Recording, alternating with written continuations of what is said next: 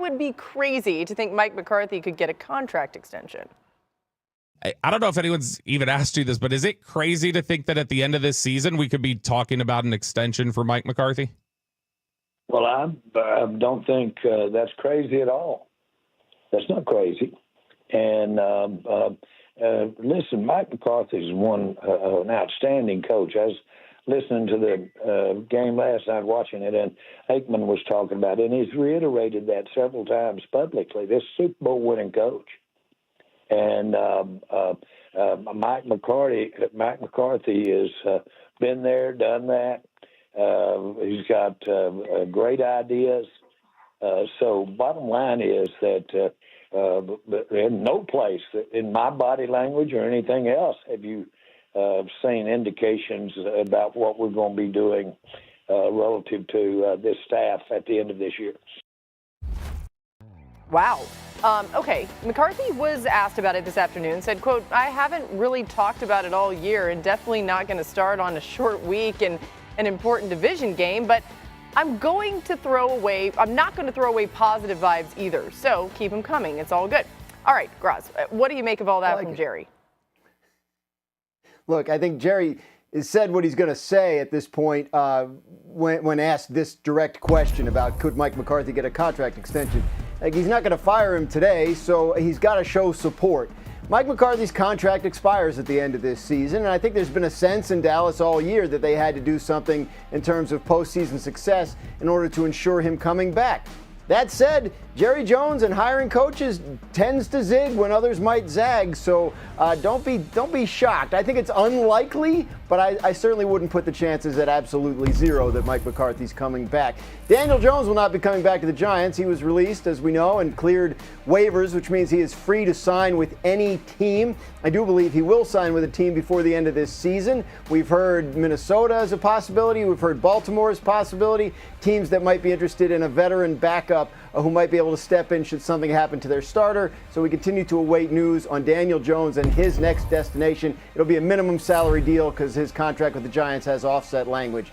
Aaron Rodgers says on the Pat McAfee show today he doesn't know if he wants to play again next season, but if he does, the Jets are his first choice. It will be fascinating to see how this works out. A lot of uncertainty around the Jets entering next year. They need a new head coach. They need a new general manager. And the place that they're at with Aaron Rodgers at quarterback right now is a little bit murky. So remains to be seen whether the Jets will want Aaron Rodgers back. Could depend on who the GM and head coach are. A lot of decisions still have to be made in New York, but at least Aaron is now on the record saying there's at least a possibility he could want to be back and playing for the Jets again next year. Back here on NFL Live, time for What Went Wrong. We're going to explore the issues for the losing teams on Sunday. We're going to start with the Commanders' surprising loss to the Cowboys. That was a crazy game. The Dallas pressure got to Jayden Daniels on Sunday. He went just 2 of 6 for 6 yards and 2 interceptions when pressured, and he only threw for 55 yards when blitzed. Over the first 9 weeks of the season, Daniels led the NFL in QBR under pressure, but since he ranks last, Hawk, what went wrong for Daniels? I mean, there's a bunch of execution problems for the Washington Commanders, and what they do on third down is a microcosm of what has been the reality for their offense over the last 3 games. 12 of 38, which is bottom 4 in the NFL, and there's a bunch of reasons for it. There's Daniels missing throws at times, like Ertz in the red zone. There's also times when the offensive line is giving up pressure, even when they have guys open down the field. And lastly, there's separation issues from receivers at other times where they're just not making the plays. They have to get it figured out soon and get back on track to the way they were at the beginning half of the season. For the Texans, it was a surprising 32-27 loss to the Titans at home, and the Texans just could not stop giving up the big play on Sunday. They allowed the Tony Pollard 5 rushes of The Tony Pollard. They allowed Tony Pollard 5 rushes of 10-plus yards. They allowed 4 plays over 25. That included the 70-yard touchdown, 38-yarder by Nick Westbrook-Akine. Dan, what went wrong for the Texans defense? Yeah, a little bit of everything. I would say this was the most disappointing tape of the weekend. Number one, multiple moments of just poor eye discipline. Where are my eyes supposed to be looking at? Number 2, I think there's multiple moments when guys turned down tackles or weren't as aggressive as they usually are.